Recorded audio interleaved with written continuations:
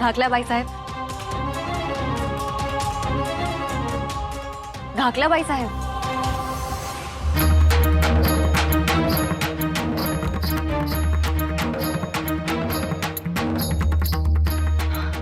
काय झालं? कुठे हरवलात?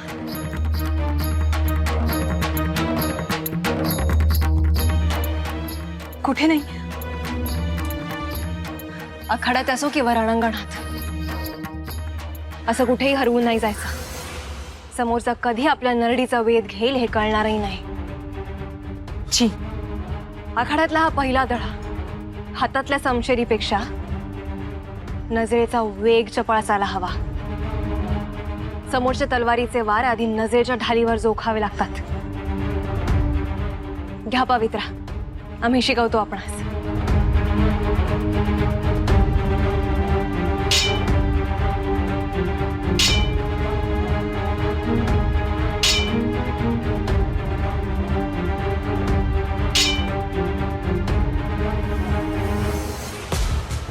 राण्यांमध्ये भांडणं होतात हे आम्ही ऐकलं होतं. संसारात भांड्याला भांडं लागतं हेही माहित होतं.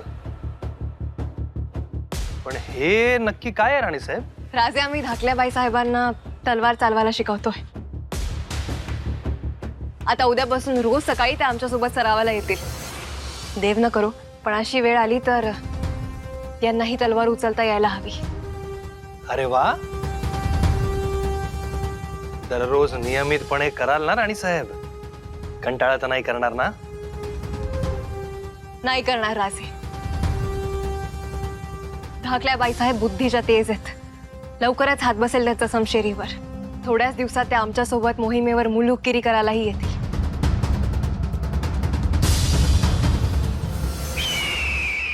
तो आपने हमारी शहजादी की जान बचाई है। जी, जान बचाने वाले तो परवरदिगार है। हम तो सिर्फ सही वक्त पर पहुंचे। बहुत खूब, आपकी नेक नियत से हम बहुत खुश हुए। अब्बू, ये आपके बहुत बड़े मुरीद हैं। हमने ऐसे मद्दाह कभी नहीं देखे आज तक। शहजादी, इन्होंने अगर आपकी जान बचाई है तो फना हो गए इनकी फैयाजी पे। कहिए जनाब, क्या इनाम बख्शा आपको? हमने कभी इनाम के खातिर कुछ नहीं किया, ना करेंगे। वो तो हमारा फर्ज था, और हम हमारी बंदगी को अशरफियों में बांटना नहीं चाहते। बहुत खूब बरखुरदार, आपकी बंदगी न बिकेगी न बटेगी, लेकिन इनाम तो आपको कबूल फरमाना ही होगा।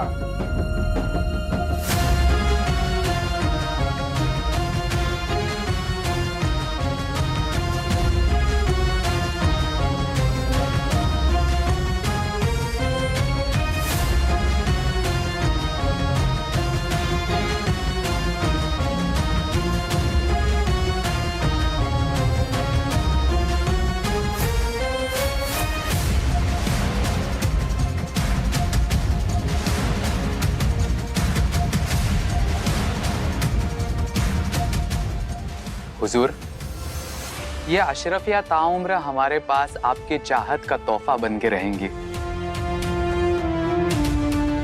हमारे लिए ये अल्लाह ताला की देन है, हम गवाएंगे नहीं।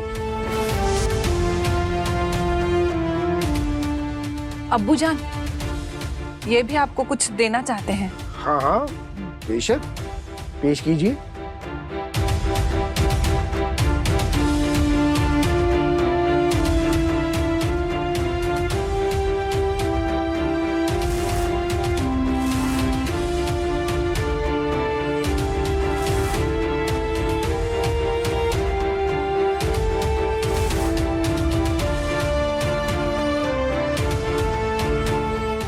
हुजूर, ये आपकी शफा की दुआ में कबूल कीजिए।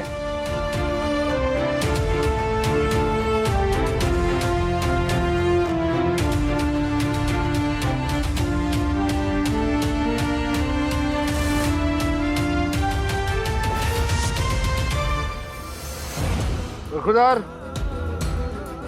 आपने हमारी शहजादी की जान बचाई, हम आपके बहुत एहसानमंद हैं और यही वजह है कि आप हमारे इतने करीब आ सके। ये बंदगी बनाए रखना आपकी और हमारी सेहत के लिए बेहतर होगा। अब आप जा सकते हैं। शुक्रिया।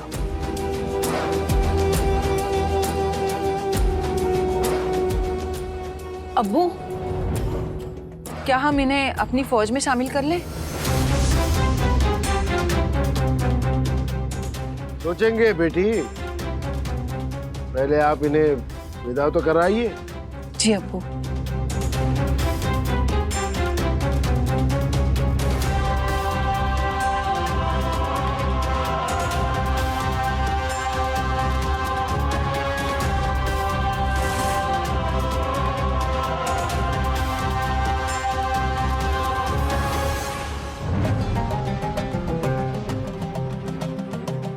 ये बंदा कोई खुफिया चाल चल रहा है।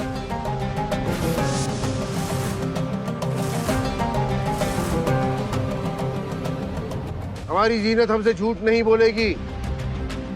अगर इस शख्स ने उनकी जान बचाई है तो कबूल है, लेकिन हमें इसकी पूरी जानकारी चाहिए। तहकीकात करो।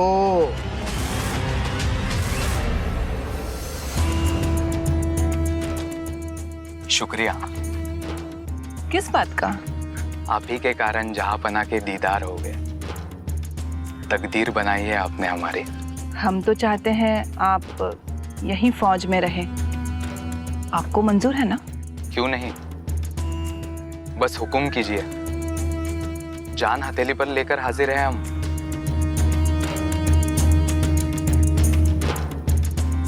शहजादी साहिबा, अगर आप बुरा ना माने तो एक बात कहे। कहिए।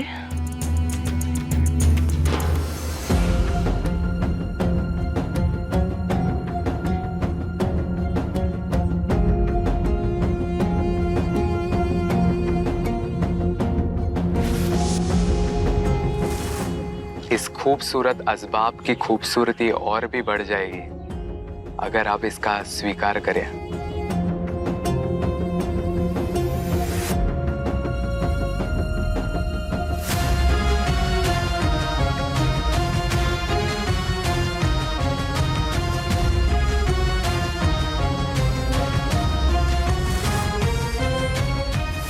आपकी दुआ में लाए थे।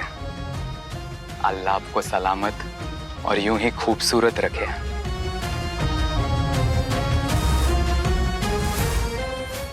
मिलते हैं।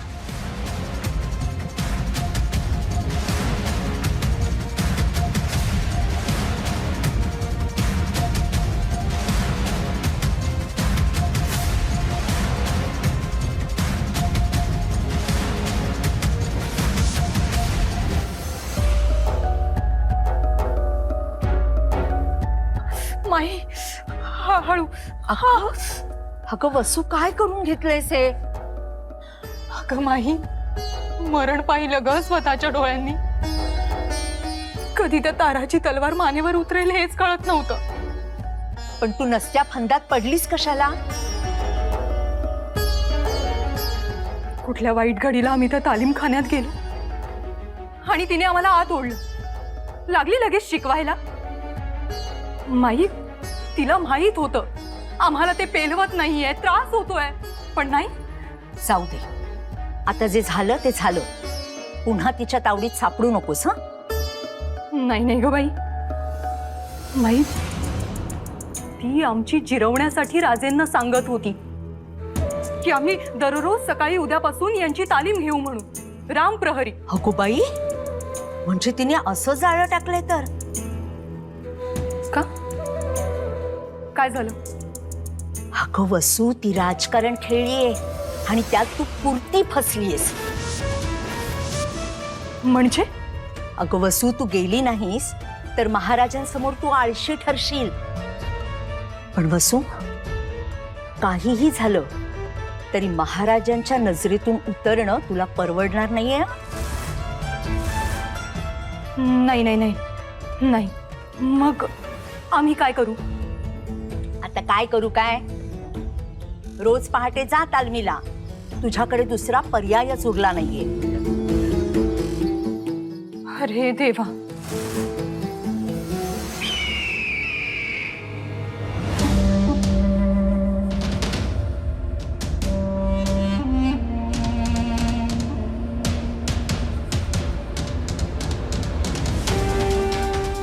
इतना चैन से निवाला कैसे कर सकते हैं आप? हमें जोरों की भूख लगी है, हमें खाने तो दीजिए। बस हमारा दिमाग खाइए आप। वहां अब्बा हुजूर को शक हो गया है, हमारा पूरा काम बिगड़ सकता है। बड़े ही शातिर है अब्बा हुजूर। हमें तो लग रहा था कि वो हम पर ही वार कर देंगे, उनकी शमशीर से हमारा ही सीना छल्ली कर देंगे। पर ये हुआ कैसे?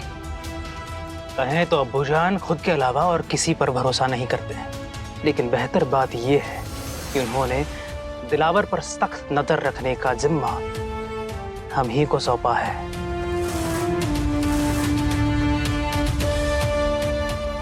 इसी का फायदा उठा सकते हैं। शातिर तो है अब्बा हुजूर, लेकिन एक गैर वाजिब गलती कर गए। अब आप ऐसा कुछ करें कि अब्बा हुजूर के दिल में दिलावर के लिए बेइंतहा लगाव बना रहे। हम वही तो सोच रहे हैं। सोचिए मत ज्यादा, बाजी हाथ से निकल जाएगी। एक बार दिलावर अब्बा हुजूर के दिल में जगह बना ले, फिर हम अपनी अगली चाल खेलेंगे।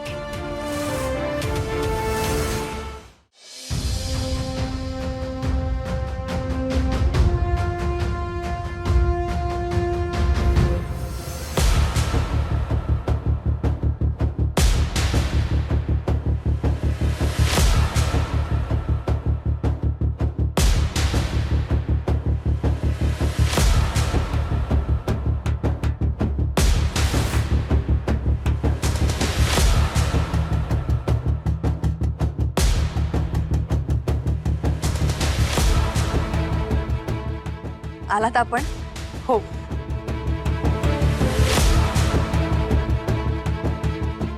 धाकल्या बाईसाहेब, जमणार नसेल तर आज राहू द्या. अहो, दररोज सराव झालाच पाहिजे असं काही नाहीये. जबरदस्ती नाही हो आमची. म्हणजे तुम्हाला हे सिद्ध करायचंय की आम्हाला हे जमणारच नाही?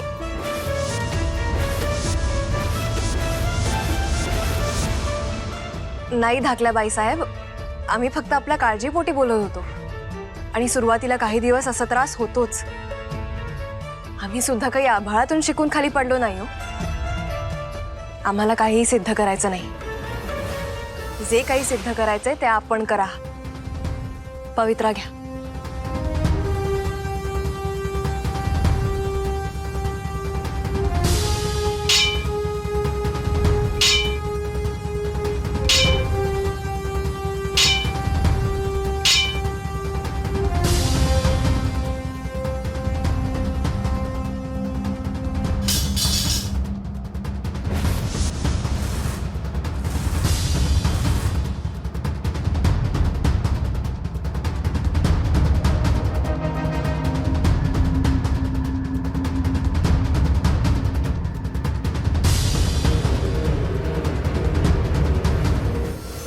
दुसऱ्यांबद्दल नको ते विचार मनात आणण्याआधी त्याने काय सिद्ध होईल याचा विचार करत चला.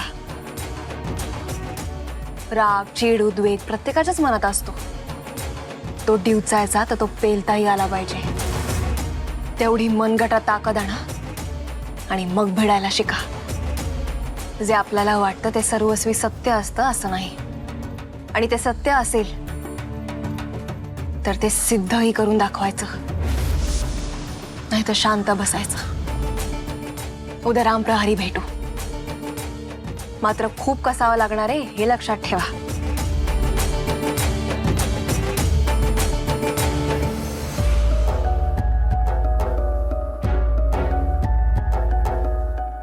सगळीकडून कोंडी करून ठेवलीत आमची तुम्ही ताराराणी साहेब. आम्ही बघून घेऊ. कधी ना कधी संधी मिळेलच आम्हाला. राजश्री राजमान्य छत्रपती श्री रामराजा बिन शिवाजीराजे भोसले आणि वज्रचोडे मंडित महाराणी ताराराणी साहेब याचे दौलतरावांचा प्रणाम. स्वराज्यात वतन चालू केल्याचे कळले. बहु आनंद झाला. आम्ही आपलेच सेवक काही कारणाने आणि व्यक्तिगत सुखदुःखाने आज जरी आम्ही औरंगजेब बादशहाच्या सेवेत असू तरी स्वराज्याबद्दल मनी लोभ आहेच. लवकरच आम्ही आपल्या पायी रुजू होऊ.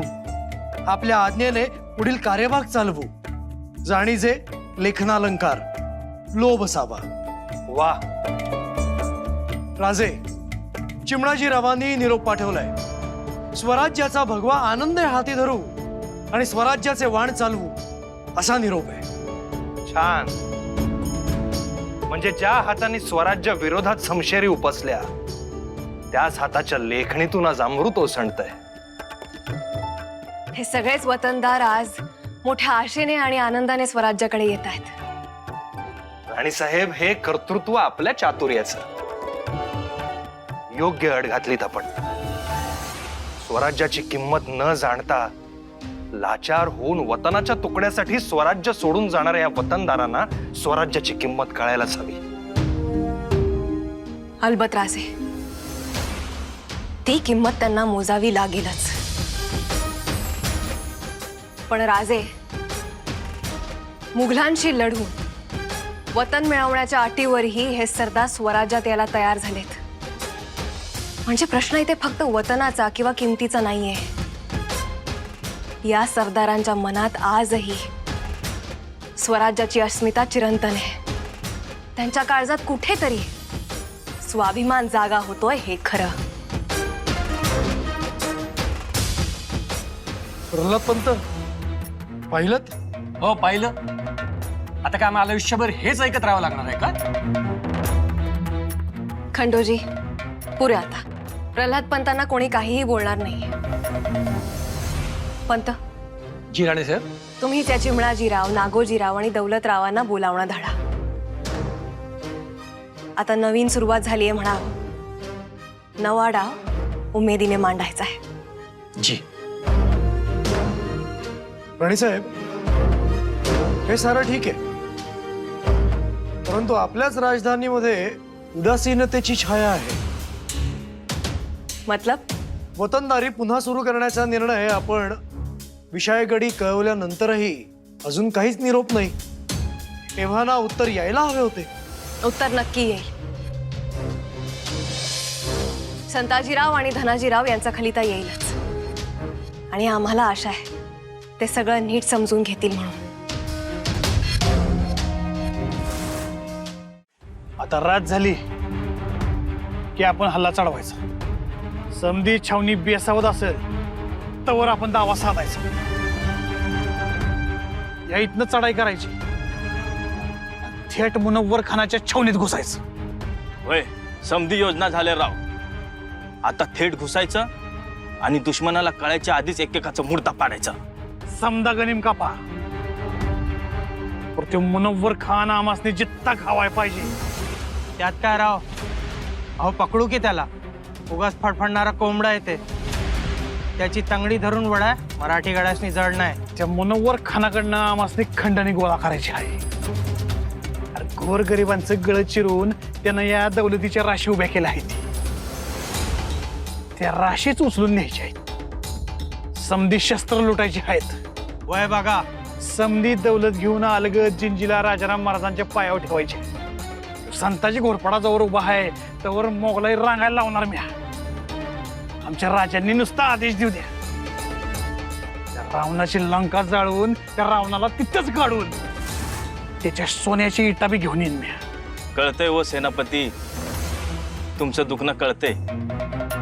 पण हे राजासनी कळाया. अहो, कळाचं राहील का? तुम्ही आपली रयतेची बाजू मांडा, राजा ऐकतील. राज पार दुमचाटल्यात होतेच. आम्ही बी त्यांची घुसमट संपू. लागल तेवढी दौलत त्यांच्या पुढे आणून हजर करू. काय कमी पडू द्यायचं नाही. समध्या लढाया मारू आम्ही. होय बघा राजा, यो संताजी तुमच्या पायाशी दौलतीची राशी उभ्या करेल. गनिमाच्या फौजीला बी आपल्या बाजूने लढायला लावल. सौताच्या रक्ताचं तिरीच सांडून स्वराज्याची पूजा मांडेल. पण छत्रपती शिवरायांचा विचार नाही बदलू द्यायचो. त्यांच्या विचारांना चोड नाही लागू द्यायचो. मी सांगणार आहे राजासने, आमासनी लागल ती हुकूम द्या. पर यो वतनदारीचा निर्णय तेवढा मागे घ्या राजा. वतनदारीची पद्धत पुण्यांदा सुरू नका करू.